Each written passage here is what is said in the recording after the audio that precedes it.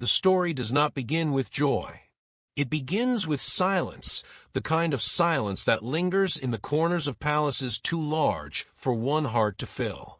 The mansion stood high above the coast, carved in marble, guarded by fountains that threw water into the air like diamonds, guarded by gates taller than most homes, guarded by arrogance itself.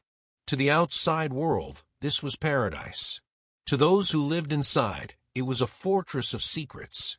And at the center of it all was a family whose wealth could buy anything except dignity, except love, except the truth that was about to unravel in front of them. The millionaire, with his empire of steel and glass, was admired by all who envied power.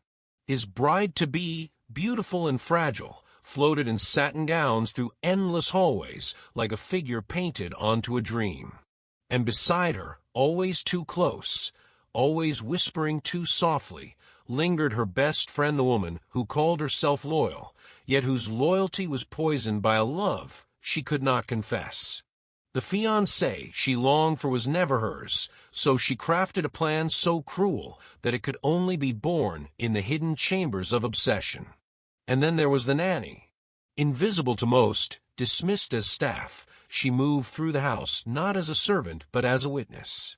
She folded linens, she calmed restless children of visiting relatives, she polished silver no one ever touched, yet her eyes saw what no one else would see. In the arrogance of the family, in the blindness of the bride, in the deceit of a friend, the nanny carried the burden of truth before truth had even revealed itself. It was on a stormless night, in the deepest hours when the chandeliers no longer mattered and the walls themselves seemed to sleep, that the first signs emerged. The nanny passed the gallery, her footsteps muffled on Persian rugs worth more than her life savings, when she saw a shadow slip through the corridor. The bride's best friend, dressed not for sleep but for secrecy, clutching something in her hand, her face carved in determination. The nanny stopped. She did not breathe.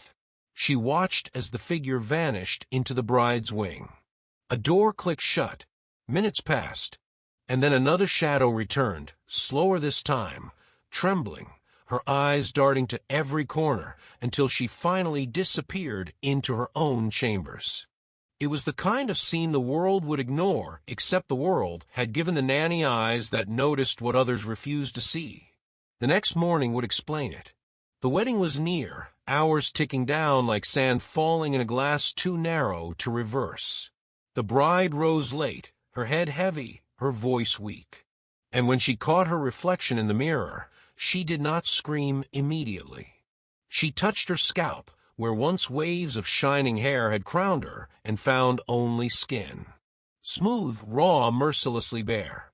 Her sobs echoed against the walls, echoing down corridors until every servant froze. She was no longer the vision of perfection that the cameras would demand. She was a bride undone, shorn not by accident, but by intent. And intent always has an author. The author was there, smiling faintly, pretending concern, whispering comfort that hid satisfaction. The best friend who had crossed into betrayal so absolute that no forgiveness could ever be found. She had sedated the bride, stripped away her crown of beauty, and left her with shame that would burst like glass on the wedding day itself. The millionaire did not yet know. The family did not yet know. But the nanny knew. She had seen the shadow. And truth, once witnessed, cannot remain buried forever. If you are listening now, drawn into this story as though you stand at the edge of the marble staircase yourself, understand this. Stories like these are not inventions alone. They are mirrors. They are warnings. They are the secrets of the powerful, dressed as fiction but whispering like confession. If stories like this move you, if they make you feel the weight of injustice and the hunger for truth, then subscribe now because more hidden truths are coming and you must not miss them. And tell me in the comments below, what you think the nanny should discover next. A hidden letter, a forbidden love, a secret child? Your idea may breathe life into the next story we reveal together. The mansion continued its charade, but behind every chandelier was shadow. Behind every toast was poison. Behind every promise was betrayal. The family, gathered in silks and laughter, mocked the staff when they thought no one listened. They called the nanny forgettable, faceless, replaceable. They laughed at her plain shoes, her calloused hands, her silence. Yet what they never understood was that silence is not emptiness. Silence listens. Silence records. Silence waits for the moment when truth must break the world apart. The nanny had lived her life in sacrifices. While others pursued careers, she pursued survival. While others dreamed of gowns, she dreamed of rent paid on time. Her childhood had ended too early, replaced by work that demanded everything and gave nothing. Yet these sacrifices had sharpened her. She could endure humiliation because she had endured hunger. She could endure insult because she had endured loneliness. And in that endurance was a power no fortune could purchase. The family thought themselves untouchable. But the untouchable are blind to those who walk quietly beneath their feet. And so the days folded toward the wedding, and with each passing moment, the impossible problem revealed itself. It was not merely the missing hair. It was not merely the cruelty of a friend. It was the discovery of a letter and envelope sealed in wax, hidden in the folds of the bride's jewelry box. The nanny found it as she polished the vanity, her eyes catching the edge of parchment. She should not have read it. She knew that. But curiosity is a flame that burns regardless of the rules it consumes. And when she opened it, the words carved themselves into her soul, an inheritance, an heir, a will that rewrote destiny. The bride's marriage was not only a union of love, it was a transaction of bloodlines, an agreement of wealth, a gate that others wanted closed forever. And someone had vowed to stop it. The letter trembled in the nanny's hands. Its edges were crisp, its seal already broken, yet the ink still smelled of secrecy, as if it had been written only days before. It was not addressed to the bride, nor to the groom. It was a message from the past, a warning disguised as legal words. The will of the millionaire's late father, a man whose portrait still dominated the great hall, staring down at all who dared to defy his blood. The will spoke of inheritance locked behind conditions. It spoke of heirs hidden in shadows. It spoke of betrayal waiting in the marrow of the family itself. And as the nanny folded the letter back into its envelope, she felt the weight of destiny on her palms. She was no longer simply the caretaker of silence. She was holding the key to a storm about to break. The bride remained hidden in her chambers, her tears muffled by thick curtains. Servants whispered of sickness, of sudden fevers, but whispers do not conceal despair. They said she was cursed, that no union born of greed could bloom into joy. The best friend continued her charade, pretending to comfort, arranging flowers, smiling through veils of false sympathy. But at night, the nanny still saw her moving, restless, consumed by the guilt of her own hands, yet too blinded by obsession to stop. The family, meanwhile, mocked what they did not know. They ridiculed the bride for her weakness. They dismissed the nanny as invisible, and they congratulated themselves for existing above consequence. Their arrogance was armor, but arrogance always carries cracks. The nanny's humiliation grew sharper each day. They forced her to serve wine she could never afford, to polish jewels that could pay for her freedom, to bow when her back ached, to smile when their words sliced her dignity apart. They called her clumsy when she bent to clean what others spilled.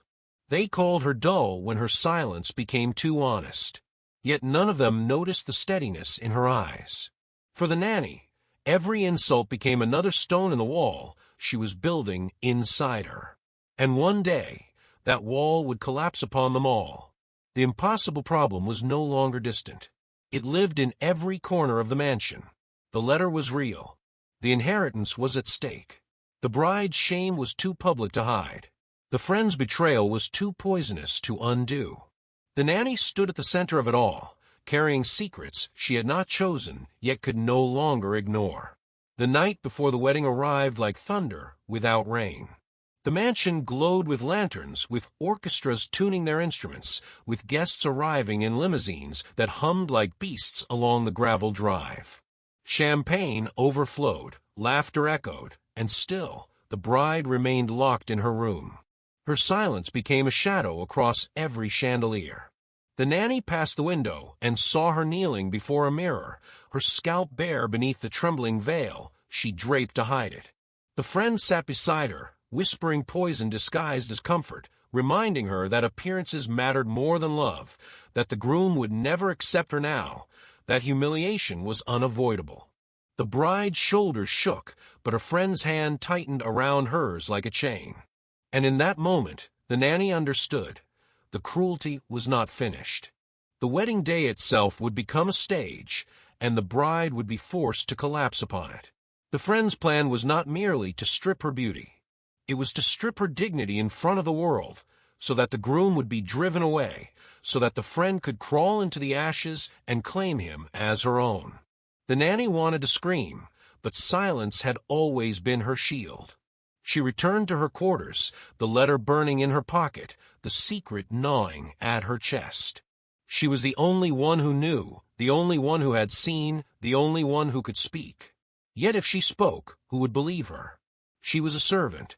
They would laugh, they would dismiss her, they would crush her beneath their wealth. And yet if she remained silent, innocence itself would be destroyed. The impossible problem sharpened like glass against her heart. The dawn of the wedding day arrived. Bells rang across the gardens, carriages rolled to a halt, cameras clicked, perfumes swirled, and the mansion became a cathedral of spectacle. Guests flooded into the hall, their jewels brighter than their smiles, their words sweeter than their intentions. The millionaire stood tall, a king in his tailored suit, awaiting a bride who no longer felt like his equal. And then the doors opened. The bride walked forward, her veil trembling, her steps unsure. The organ thundered, the crowd rose, the cameras flashed. And with every step, she could no longer carry the weight of her shame. Halfway down the aisle, her knees buckled. She reached for her veil, tore it away, and revealed her bare scalp to the world. Gasps burst through the hall like fire. Murmurs clawed at the air. The groom's face froze, trapped between shock and horror. The bride collapsed into sobs, her dignity scattered like broken glass. The family looked away. The guests whispered. The friend pretended to faint. And in that sea of cowardice, one voice remained silent no longer. The nanny. She stepped forward, trembling but unbroken, her hand raised high above the storm of gasps. Her voice, when it came, was clear enough to shatter marble. She asked for the word. She asked for silence. And in that silence, she prepared to reveal what no one else dared to say. The crime committed in shadows, the betrayal that had destroyed innocence, the truth that would tear apart the family's arrogance forever. The hall froze. Time itself seemed to pause, as though even. The chandeliers feared the weight of what was about to be spoken. The nanny, who had always been invisible, now stood in the center of sight. Her hand remained lifted, trembling yet unwavering, and in her eyes burned a flame that wealth could not extinguish. The crowd stared, confused, some scoffing, some intrigued. For what authority did a servant hold to demand the floor on a wedding day? Yet authority is not given. It is claimed in the moment when truth outweighs silence. And the nanny's silence had reached its limit. Her heart thundered in her chest, a rhythm born of years of humiliation. She remembered every insult, every dismissal, every time her dignity had been trampled so that others could laugh. She remembered the nights of hunger in her childhood, the mornings of endless work, the sacrifices that had carved strength where weakness was expected. All of it, every wound, had led to this altar, to this moment, to this truth. The bride, collapsed in tears upon the marble, lifted her eyes toward the nanny. And in that gaze was desperation, was pleading, was the silent cry of someone begging for salvation. The groom, frozen in disbelief, looked between them, torn between loyalty and shame. The family shifted uncomfortably, sensing that something greater than scandal was about to erupt. And the friend, the architect of cruelty, stared with a mask of innocence stretched too thin across her trembling lips. The nanny drew in breath, but before her words could rise, her memories dragged her back into the hours that had brought her here. For this revelation was not born in a single night. It had been building, stone upon stone, secret upon secret, betrayal upon betrayal. And to speak now, to reveal everything, she had to relive the torment in her own heart. The night before the wedding replayed itself in her mind with the vividness of fire.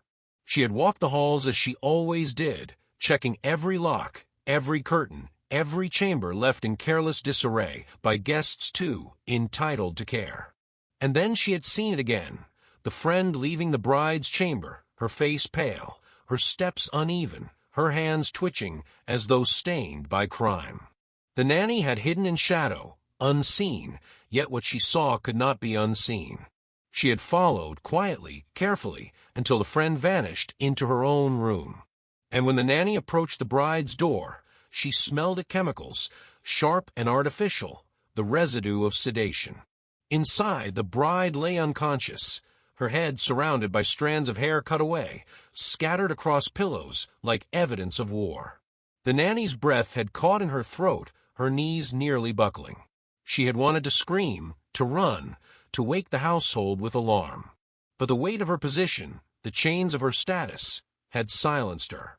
She had cleaned the traces, not for the friend's protection, but for the bride's dignity. She had gathered the hair, tucked it away, hidden the proof from eyes that would twist it into lies. And then she had wept, silently, alone, knowing that her silence was a crime she had not committed, yet was forced to bear. The letter, too, burned in her memory. She had found it days earlier, tucked where no servant should ever pry. But fate does not ask permission before revealing its secrets. The inheritance, the hidden heir, the threat to the family's fortune, it all connected. The bride's suffering was not only the obsession of a friend. It was part of something deeper, a war of wealth disguised as love, a battle fought in shadows where scissors and sedatives replaced swords. And so, as she stood in the hall with the world's eyes upon her, the nanny realized that her truth was more than accusation. It was prophecy. It was justice waiting to be spoken. Her voice broke the silence. She told them what she had seen. She described a shadow in the corridor, the midnight intrusion, the chemicals that lingered in the bride's chamber. She revealed the cruelty of the friend who had betrayed trust in the name of twisted desire. And with each word, gasps rippled through the crowd like waves against stone. The bride's sobs grew louder, the groom's hands clenched into fists, the family shifted in denial, and the friend's mask began to crack, her lips trembling, her eyes darting, her composure unraveling before them all. But the nanny was not finished. She reached into her apron, pulled forth the envelope, and held it high. The seal glistened in the light of the chandeliers, the wax fractured by time. She declared what it contained not in full, but enough to ignite suspicion, enough to make every guest hunger for scandal. A hidden heir, an inheritance contested, a will that bound the family's future to the bride's union. Suddenly, the betrayal was no longer a private cruelty. It was a conspiracy. The hall erupted.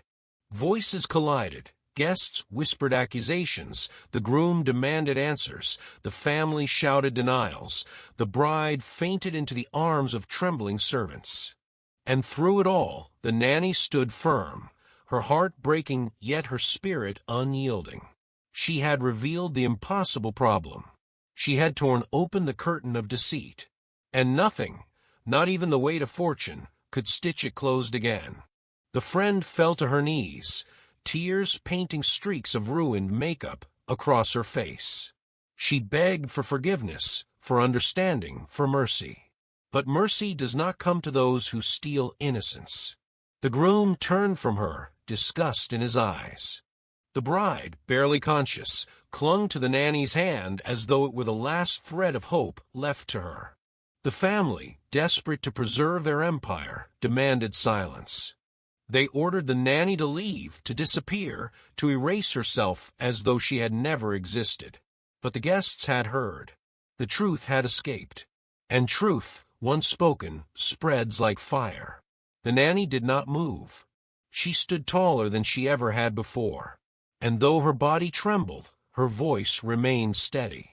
She declared that the story was not finished, that the secrets buried in marble would not remain hidden, that this wedding, this family, this empire would crumble beneath the weight of its own lies. And as the bride was carried away, as the groom shattered his engagement with a single glance, as the friend collapsed into disgrace, the nanny felt both fear and freedom. For in exposing the truth, she had made herself a target. But she had also made herself unignorable. The impossible problem had been revealed. The stage was set for humiliation to escalate, for sacrifice to be remembered, for hidden abilities to awaken. The nanny had spoken, and nothing would ever be the same. The mansion did not rest after the chaos of the altar. It simmered. It whispered. It devoured itself from within, like velvet hiding rot. The guests who had once praised the family now carried their whispers back into the world. Newspapers speculated, cameras lingered at the gates, and gossip became a storm that could not be silenced. But within those marble walls, the storm was even greater. The family, stripped of their polished image, turned inward with fury. They blamed the bride for weakness. They blamed the groom for indecision. And above all, they blamed the nanny, the servant who had dared to raise her voice, the woman who had torn the veil from their secrets, the invisible one who had made herself unforgettable. Her humiliation became their sport. They mocked her in the open now, no longer behind closed doors. They spilled wine at her feet so she would be forced to kneel before them. They demanded she serve at dinners where her presence was met with sneers and laughter.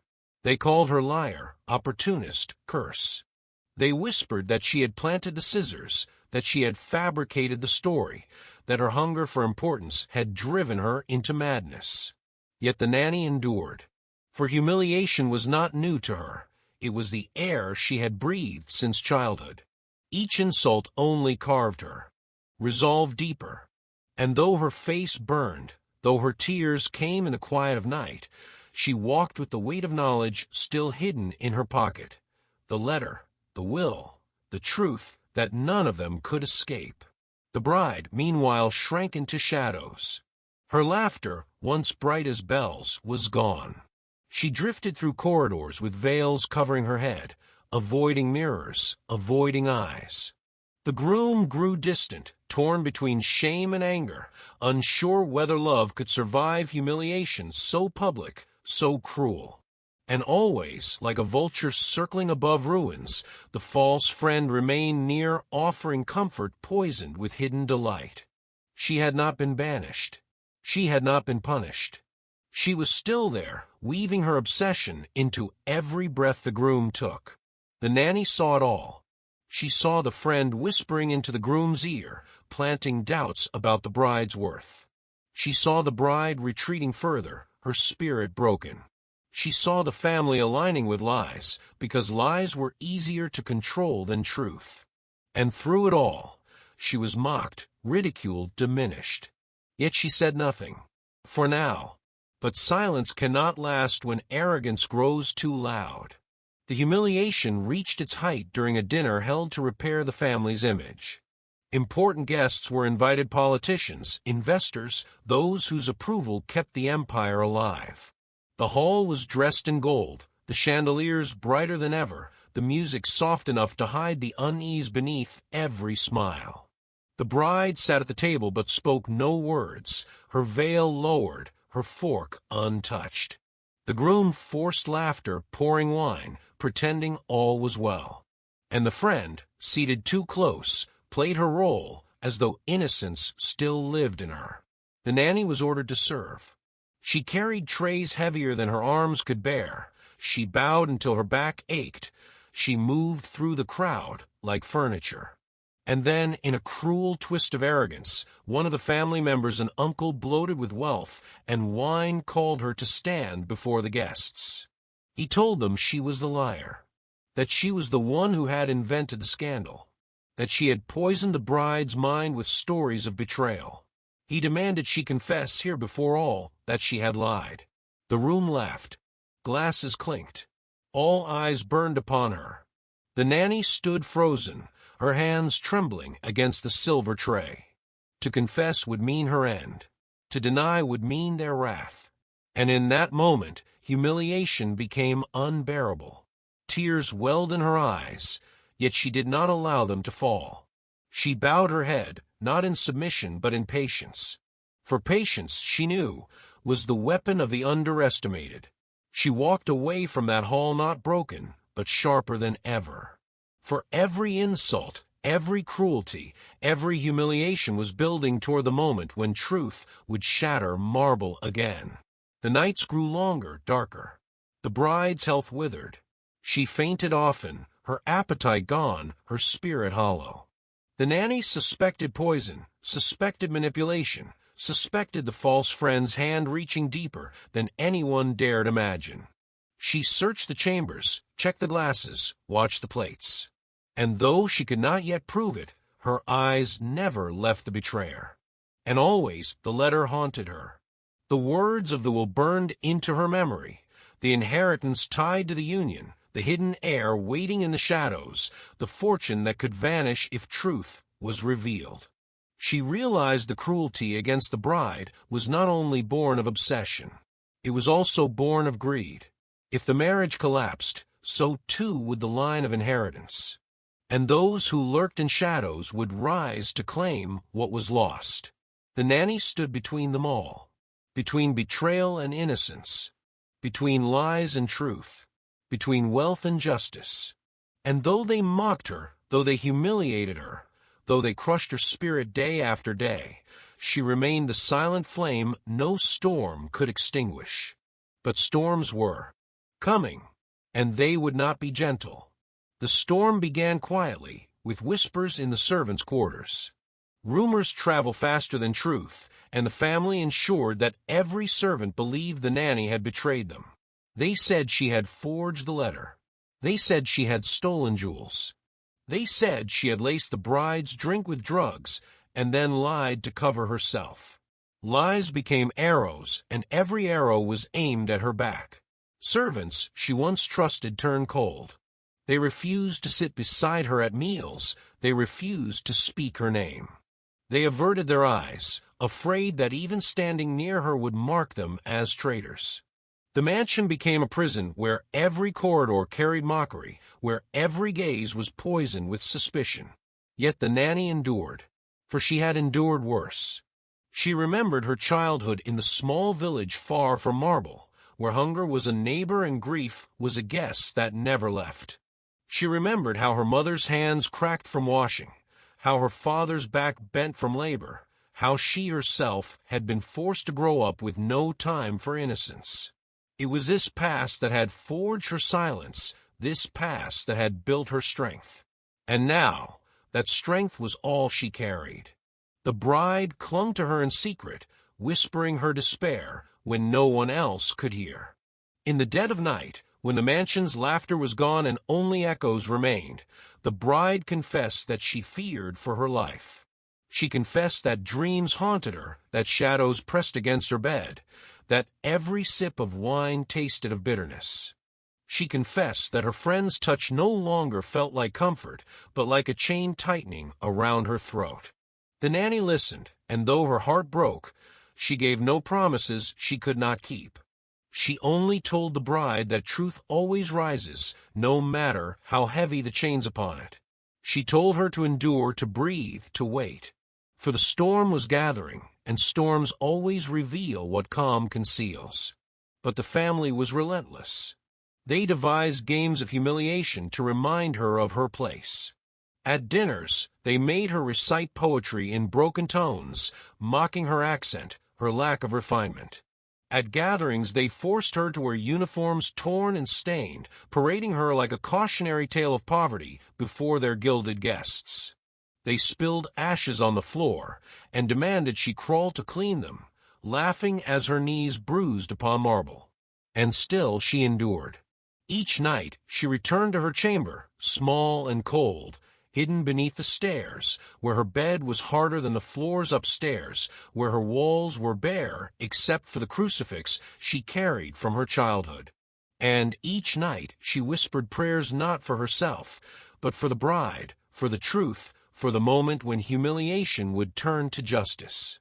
The false friend grew bolder. She dressed in silks too daring for mourning.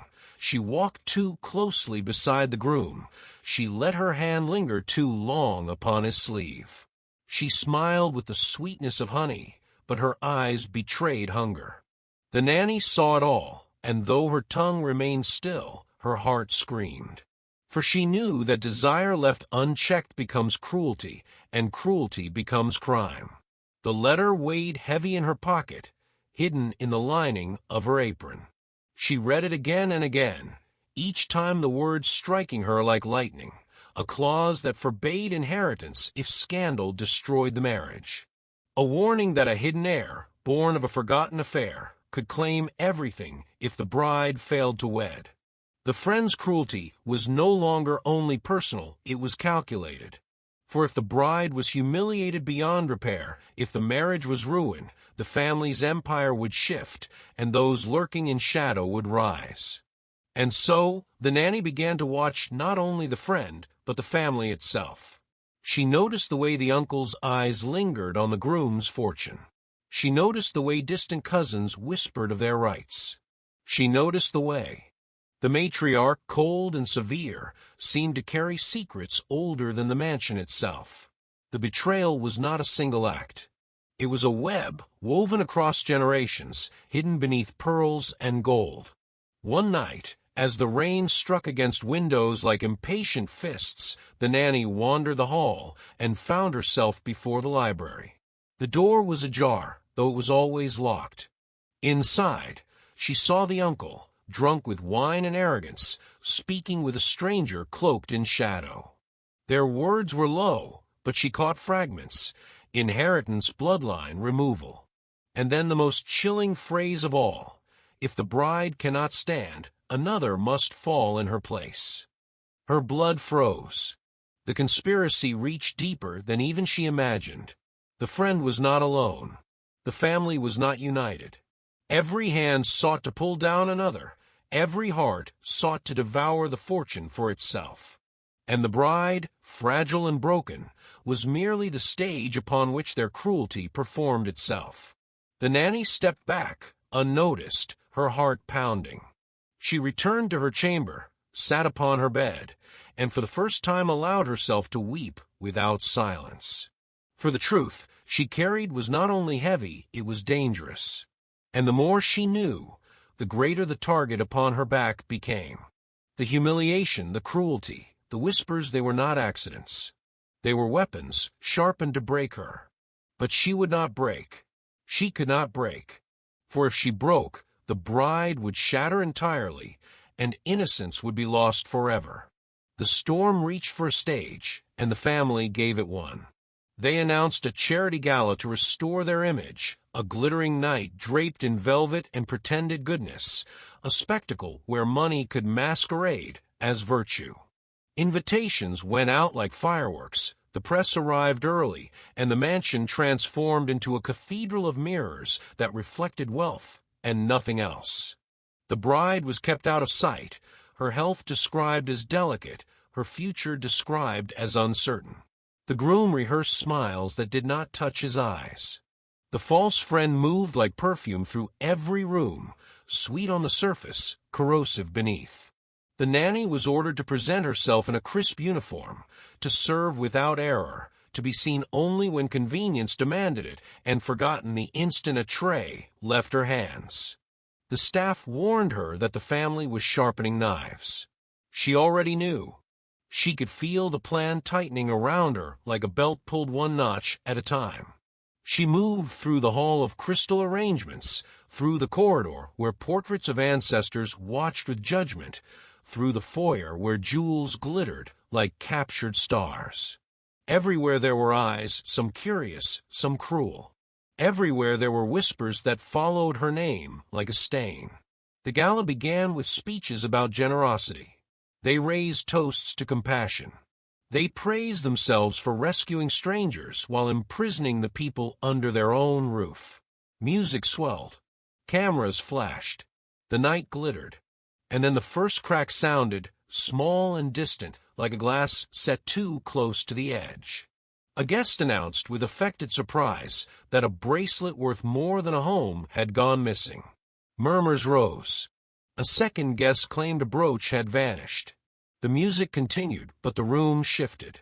You could feel the crowd tilt toward scandal as easily as a flower tilts toward the sun. Security was summoned. Polite words masked suspicion that already had a destination. The matriarch stepped forward, her poise carved from ice, and suggested that the staff areas be checked at once.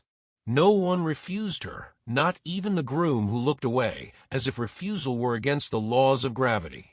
The nanny felt the room pivot, felt the air solidify around her, felt the humiliation walking toward her with a smile. They searched the staff lockers. They found nothing. They searched the laundry carts and the service closets. They found nothing. Then someone suggested the crawlspace beneath the old staircase, the one no one used, the one that smelled of dust and forgotten years. The nanny knew before the first latch was lifted. She knew before the second hinge groaned.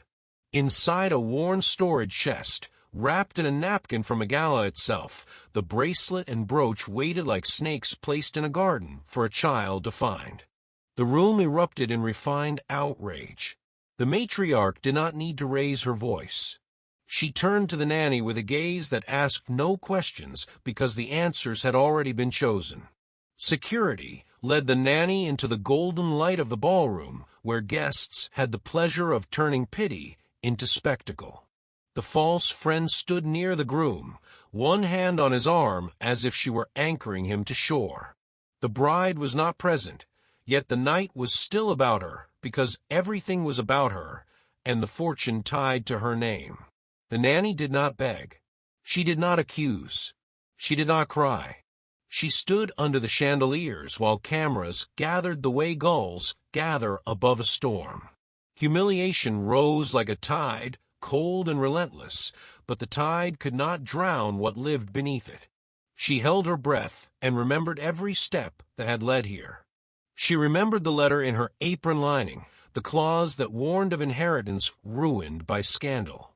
She remembered the drunken uncle in the library whispering that if one cannot stand, another must fall. She remembered the chemical scent in the bride's room, the scissors, the night, the shadow. And she understood that the trap now closing around her was not a separate event. It was the next stitch in a fabric woven by hands that preferred darkness to light. They suspended her without pay before the gala had even ended. Not fired, not yet, because to fire her would be to admit that a scandal existed, and they still hoped to keep their sin staged as cautionary entertainment. She was told to wait in her small room for the police to conduct a formal interview in the morning. She was told not to leave the grounds. She was told not to speak to anyone. Orders fell like snow that burns instead of cools. That night, the mansion slept uneasily. Guests departed with stories that would make them welcome at every breakfast table for weeks. The groom went silent, his thoughts a maze with no exits. The matriarch sat alone with a glass of water that she did not drink, staring at the portraits as if they owed her advice. The uncle argued with a stranger on the phone behind a half-closed door. The false friend stayed awake until dawn, writing in a notebook she kept beneath a silk pillow, a habit of the obsessive, a ledger of a heart that did not understand limits. The nanny sat on her bed and listened to the bones of the house creak like an old ship fighting a black sea. She did not sleep. She counted the breaths between distant clocks, counted the steps of guards changing posts, counted the fragile prayers that rose in her chest and traveled nowhere. When the first gray light of morning touched the floor, she rose, folded her blanket, smoothed the sheet, and prepared to be questioned by a world that had already chosen to call her guilty. The interview did not take place in a police station. It took place in a drawing room where fire logs snapped and flowers pretended to be alive. Two officers sat across from her, while the matriarch hovered near the door like a shadow that had learned to walk. One officer asked gentle questions, the sort that pretend to offer escape while measuring the width of a trap. The other asked pointed questions, the sort that turn silence into suspicion. The nanny answered with the precision of someone who knows that every wrong word can become a chain. She told them where she had been during the gala, which trays she carried, which corridors she used, which rooms the supervisors assigned to her. She did not volunteer the letter or the library or the shadow in the corridor on the wedding night. She was not ready to feed truth into a machine built to grind it into dust. They released her with a warning that sounded like a threat wearing perfume. She returned to her room to find the door ajar, her few belongings tossed, the crucifix from her wall lying face down on the floor. It was a message with no signature. She picked up the crucifix, kissed the metal, and set it back on the nail. Then she sat on the bed and let the smallest tear fall, not for her humiliation, but for the loneliness that followed it like a second shadow. By afternoon, the mansion was alive again. The family had decided to host a luncheon for select journalists, a strategy that would trade truth for influence. They wanted sympathy, not justice. They wanted control, not clarity. They wanted a story that turned the nanny into a villain and the false friend into a saint of support. The bride was again kept away. The groom performed the role of a man in command even as command slipped through his fingers like dry sand. The nanny was forbidden to work the luncheon. She was told to remain out of sight. She did not obey, not out of defiance, but out of duty that had not found a place to sleep in her. She moved quietly along the borders of the event, through the servant passageways, through the thin places where walls hold secrets like lungs hold breath. In a service corridor beside the conservatory, she overheard the false friend speaking to a woman whose shoes cost more than a year of simple living. The words were soft, but the meaning came through like thunder.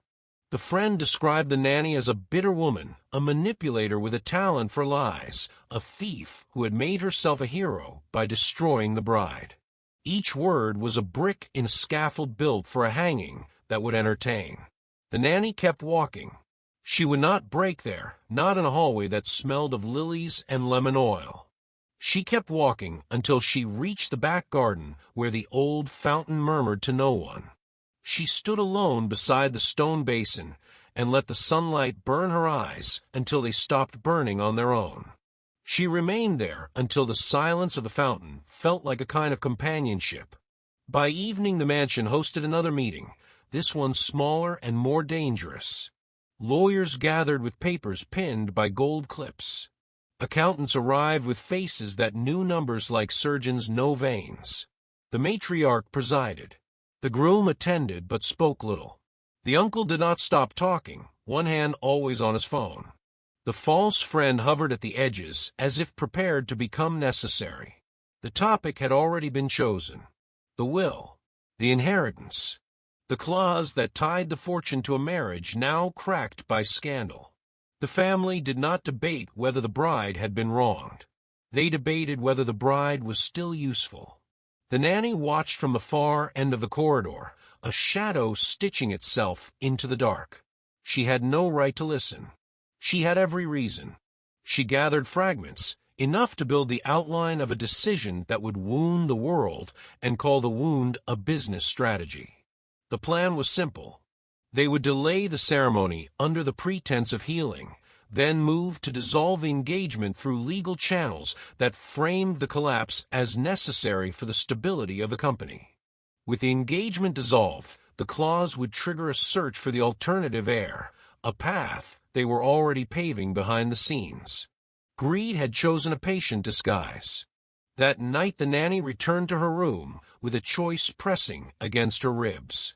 Protect the bride by vanishing with the letter, or protect the truth by risking everything. She pressed the envelope to her chest until the paper warmed. Paper has no heartbeat, yet she felt one. It was her own, amplified by fear and obligation, and something older than both. She tucked the letter back into its hiding place and whispered that a better moment would come. She asked for the courage to recognize it. Days passed with the patience of stone. Humiliation did not stop. Servants avoided her, as if shame could pass through touch. A supervisor accused her of leaving fingerprints on crystal she had not handled. A cousin of the groom pretended to trip so that the tray she carried would crash to the floor. The false friend perfected the art of entering a room as if she were a blessing and leaving it as if she were a rumor nobody could resist repeating. The bride continued to fade, her eyes hollow, her voice quiet, her meals barely touched. The groom visited her less, then less again, grief turning into avoidance the way milk turns under heat. One afternoon the nanny found a small box at her door, tied with a ribbon that looked kind if you did not know that ribbons sometimes strangle. Inside lay a pair of used gloves, stained at the fingertips with a faint residue that smelled like sleep gone wrong. No note explained them. None was needed. The message was clear. She was being told that proof could be made to exist anywhere, including her room. She was being told to move carefully in a house where innocence could be staged as guilt with the twitch of a finger. That same evening a stranger arrived at the servants' entrance, a courier with a face that seemed honest because it was tired. He handed the nanny a slim package wrapped in brown paper. There was no return address. Inside lay photocopies of documents she recognized at once. The will of the late patriarch, the clause governing dissolution, a notation in the margin beside a line about bloodlines, written in the unmistakable hand of a lawyer who had once worked for the family and had left quietly 5 years earlier. The notation suggested something nobody at the mansion wanted to say out loud. The hidden heir might not be distant. The hidden heir might be near. The nanny sat on her bed and read every page by lamplight until the letters blurred and sharpened and blurred again. Her humiliation, as vast and real as it was, receded enough for resolve to enter and sit down. She understood that her endurance had not been passive. It had been preparation. For the first time she allowed herself to consider that she was more than a witness cursed to watch and less than a warrior who moves without doubt. She was the keeper of the fulcrum. With the right moment and the right pressure, she could tilt the balance of a house built to resist gravity. The next morning, she approached the only person in the mansion who still dared to meet her eyes. An elderly caretaker who had tended the garden since before the groom learned to read, a man who spoke to roses like they were his grandchildren and to storms like they were stubborn friends. She asked him for nothing. She simply stood with him while he watered the hydrangeas that lined the lower path, and in that shared stillness, she felt the power of being accompanied by someone who expects nothing except presence. When she turned to go, he handed her a small key without comment. She recognized it at once. It opened the attic archive where the family stored records too old to matter and too dangerous to destroy.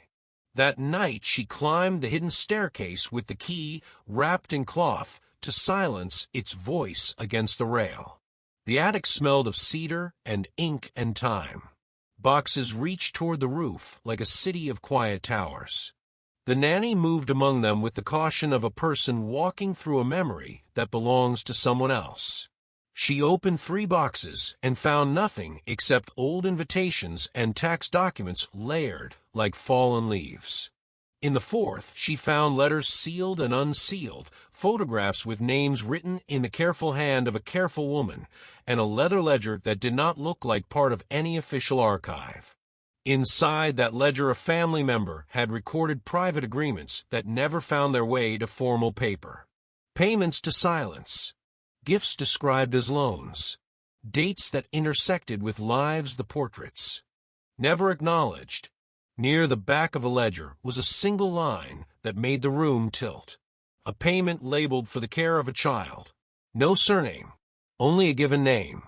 The date predated the groom by 1 year and fell exactly 9 months after a season of travel that the late patriarch completed without the matriarch. The child would now be grown. The child would be the right age to covet a fortune. The child would not be in a distant land because the payments were local, delivered by hand, always late at night. The nanny closed the ledger and sat still while the house shifted below her like the belly of a sleeping animal. She knew then that the storm she had felt was not only a storm of cruelty. It was a storm of origins. She placed the ledger back where she had found it, locked the attic, and returned to her room with steps that felt both heavy and new. The humiliation that had nearly broken her had served a terrible purpose. It had kept her close to the heart of the house until the house itself revealed what it had swallowed. Morning brought another performance. The family staged a meeting with a judge who owed favors and who would consider the first signatures toward dissolving the engagement. The judge arrived wearing a smile that practiced forgiveness for a fee. The bride was not present. The groom signed papers he did not read. The matriarch watched with a face that knew triumph and disguised it as care. The false friend sat quietly in the corner, her attention fixed on the groom, with a gaze that future historians of obsession would call textbook. The nanny did not interrupt. She was not invited. She stood in a far doorway, like a statue no one would claim as art. As the judge prepared to leave, a courier entered with a single envelope addressed to the groom with an unfamiliar seal pressed into dark wax. The groom opened it without ceremony and read a note that changed the temperature of the room. He announced that a claimant to the inheritance had contacted him directly.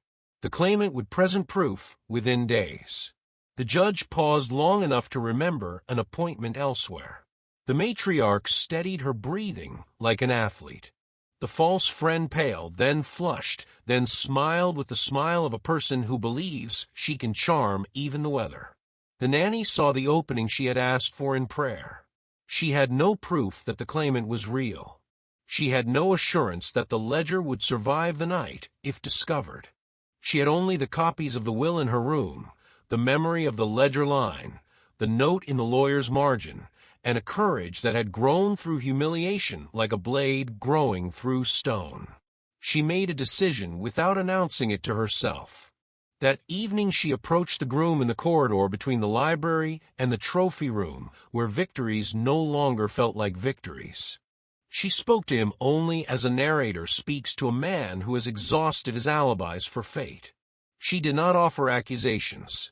She offered a series of facts that matched 3 dates, 2 signatures, 1 payment, and an absence that the portraits could not hide. She asked nothing in return. She simply left a single page on a table beside him, a copy of a clause that would become a map once he decided to read it with eyes that wanted truth more than comfort. Then she walked away without turning back, because turning back is a luxury that belongs to people who doubt their own hearts. Humiliation had brought her to the border of a new country. She crossed with bare feet, accepting the stones and thorns as part of the price. The old rules of the house no longer applied to her. She would still serve because service was not a costume she could remove, but she would also watch without apology, gather without fear, and speak when the door unlocked itself from the other side.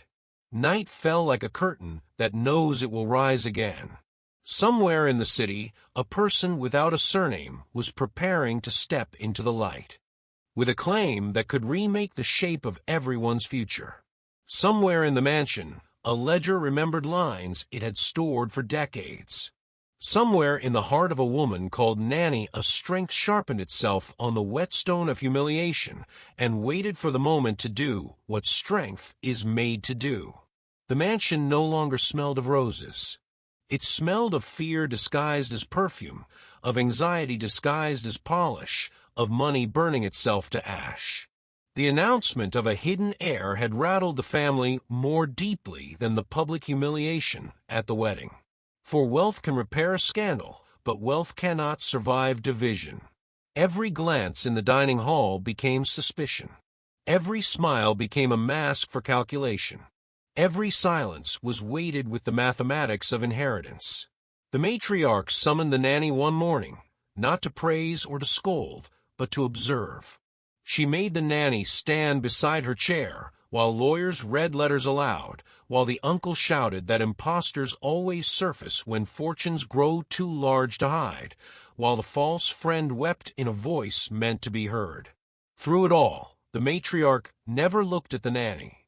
She treated her as a shadow, but a shadow placed with purpose. The message was clear: you see, you hear, but you do not matter. And yet the nanny knew that shadows always matter, for without them, light itself loses meaning. The bride remained absent, her chambers dark, her health fraying into threads too thin to weave back together.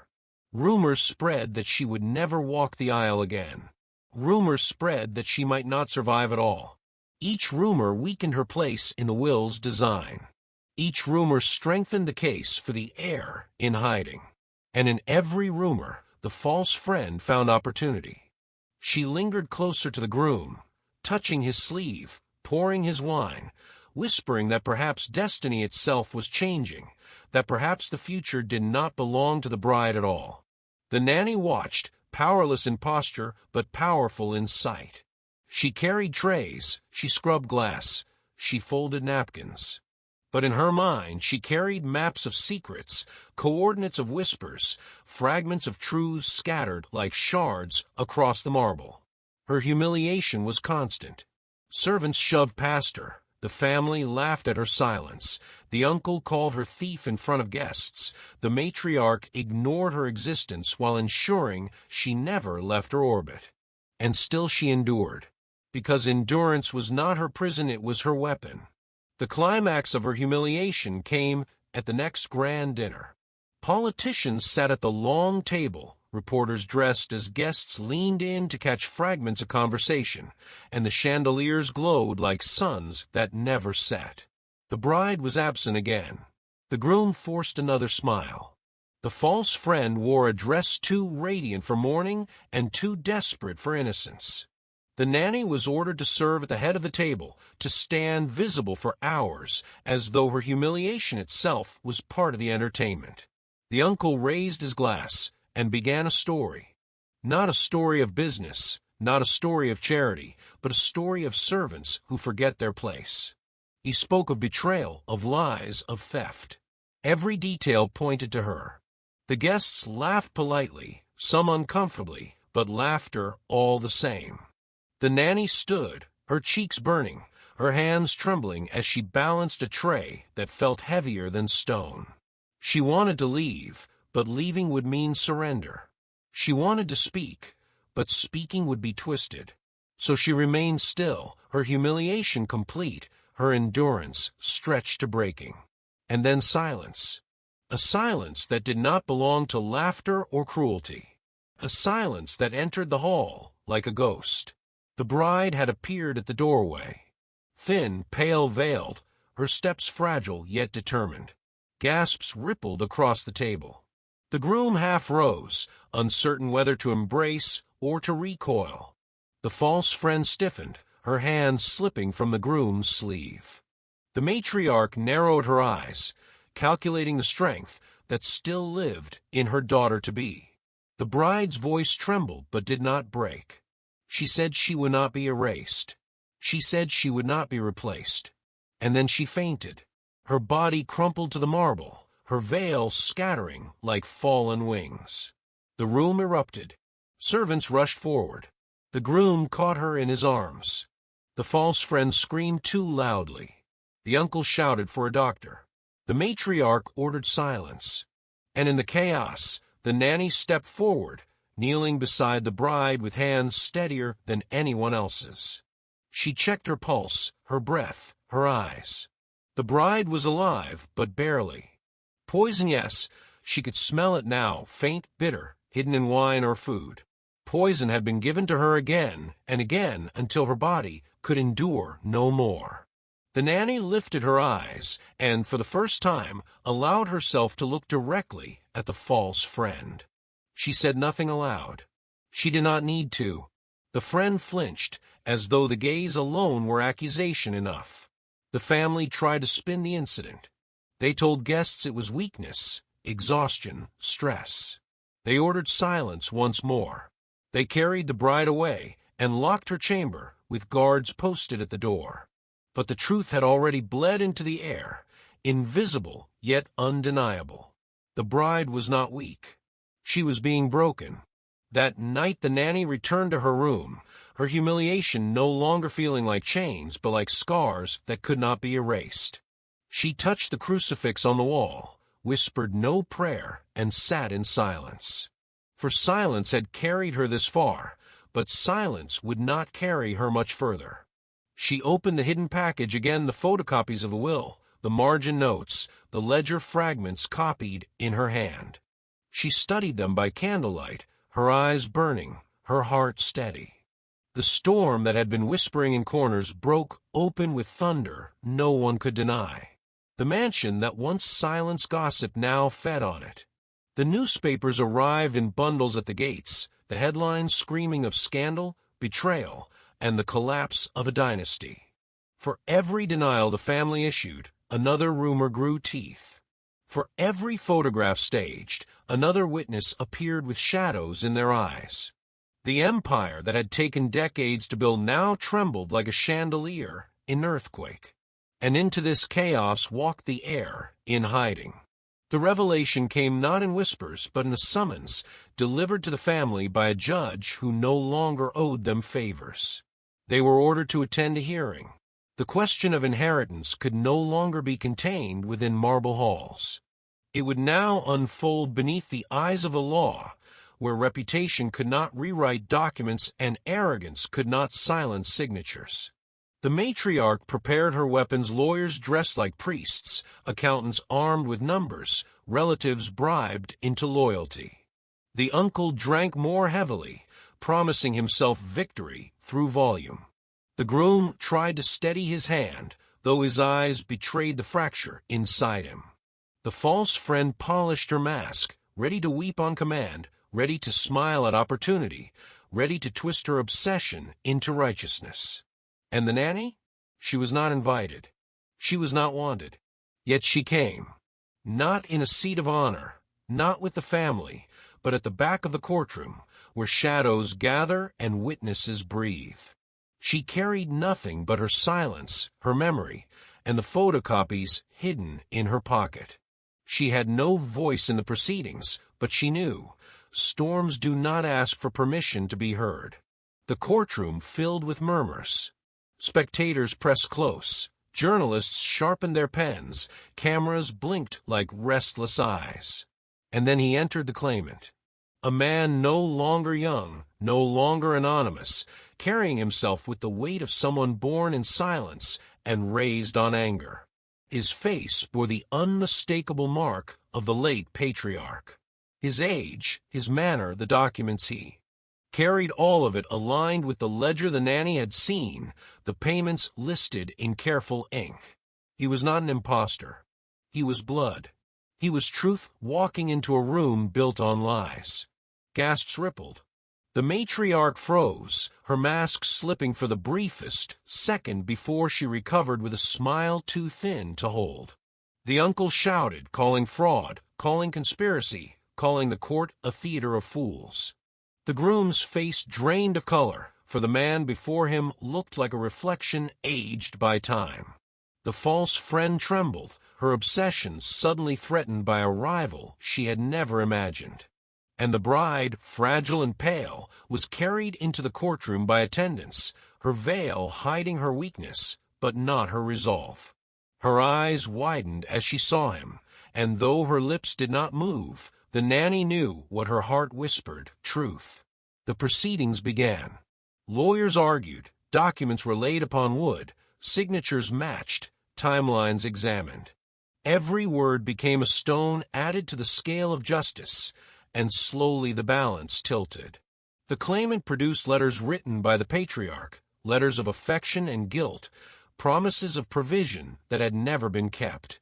He produced witnesses who had known him as a child, who remembered payments made in secrecy, who had seen the patriarch visit in the dead of night. The case grew undeniable. The family's empire, once thought unshakable, now stood on sand.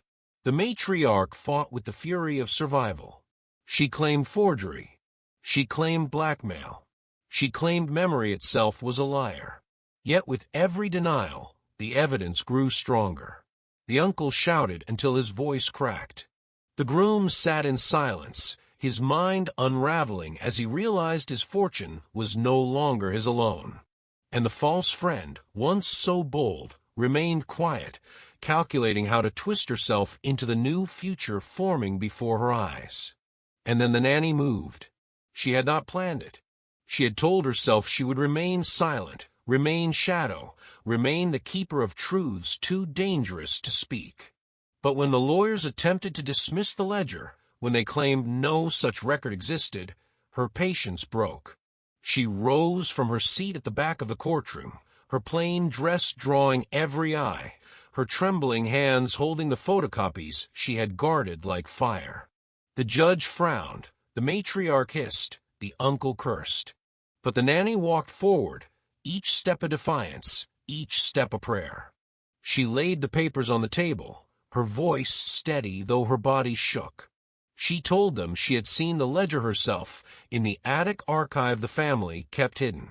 She told them the line of payments existed, that the patriarch had provided for the child who now stood before them.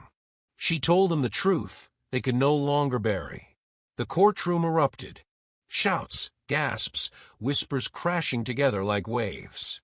The matriarch lunged to discredit her, calling her a thief, a liar, a servant who had broken into archives she could not understand. But the judge silenced her with a raised hand. The documents were examined. The handwriting matched. The dates aligned. The ledger existed. The truth was undeniable. The nanny had spoken, and in that moment she ceased to be invisible. She became the axis upon which the story turned. The bride, from her seat, lifted her veil. Her eyes met the nanny's, filled with gratitude and sorrow. The groom bowed his head, shame heavy upon him, for he had allowed arrogance to blind him to the loyalty of the one person who had always seen. The false friend's mask shattered, her face contorted with rage, for her plan had been unraveled by the very woman she mocked. And the claimant blood of the patriarch, heir of silence, bowed his head toward the nanny, not in thanks, but in recognition. For truth recognizes truth. The judge declared the inheritance contested, the marriage suspended, the fortune frozen until resolution. The family had fractured, the empire had cracked, and the world outside roared with headlines that would echo for years. But the greatest revelation was not in documents or in heirs.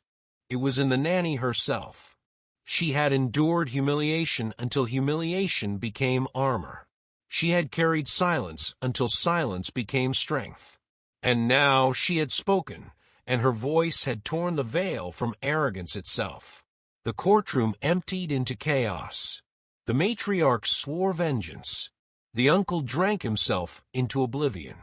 The groom walked away, his future uncertain. The bride collapsed once more, her heart too heavy for her fragile frame. The false friend vanished, her obsession twisting into desperation that would soon erupt again. And the nanny returned to her small room, her crucifix waiting, her bed cold, her body trembling from the weight of what she had done. She knew she had made enemies too powerful to forgive. She knew danger would follow, but she also knew that dignity, once claimed, can never be taken away. That night she sat in silence, not the silence of fear, but the silence of triumph. For the truth had been spoken. And though storms still raged, though danger still lurked, the course of the story had changed forever. She was no longer merely a servant. She was the guardian of justice in a house built on lies. The mansion no longer breathed with confidence. Its chandeliers still glittered, its gardens still bloomed, its fountains still sang, but everything beneath the marble had changed. Wealth had not disappeared, but power had fractured. The courtroom revelation echoed through every corridor. The name of the hidden heir now belonged to the world. And in the echo of that truth, the family lost the ability to command silence. The matriarch withdrew into her chambers, the curtains drawn against both sun and shame. The uncle drowned himself in bottles, muttering about fortunes stolen by shadows. The groom vanished into meetings, desperate to salvage an empire with no ground beneath it. The bride remained behind locked doors, her health too fragile, her dignity too wounded. And the false friend, her obsession burned hotter than ever, for now desperation drove her. She could no longer wait in shadows. She needed to seize the groom before the empire fully shifted to bloodlines she could not control. And yet, through all this collapse, the nanny endured. She still walked the halls, still carried trays, still folded linens. But now, when she entered a room, silence followed her. No longer because she was invisible, but because her presence reminded them all of what she had done. She had spoken when silence was demanded. She had revealed what marble had buried. She had cracked the empire. And though the family despised her, they could not erase her. The bride called for her one night. In the dim glow of a single candle, the nanny sat at her bedside. The bride's scalp still bore the cruelty of betrayal. Her eyes still shimmered with unspent tears. She whispered that she wanted to give up, to disappear, to surrender to the poison of despair. But the nanny took her hand and spoke softly, not as a servant, but as a sister of suffering. She told her that dignity does not live in hair, nor in jewels, nor in the applause of guests. Dignity lives in truth, and truth had been spoken. The bride listened, and though her body trembled, her spirit began to stir again. The false friend could not bear it. She cornered the nanny in the servants' corridor, her face twisted with rage, her voice a hiss, dripping with obsession.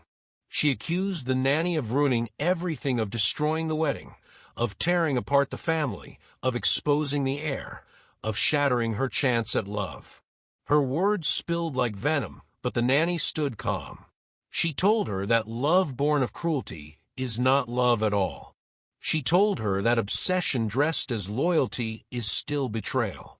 And for the first time, the false friend's mask cracked completely. She slapped the nanny across the face, her hand trembling with fury. But the nanny did not flinch. She simply looked back at her with eyes that had seen worse wounds and still endured.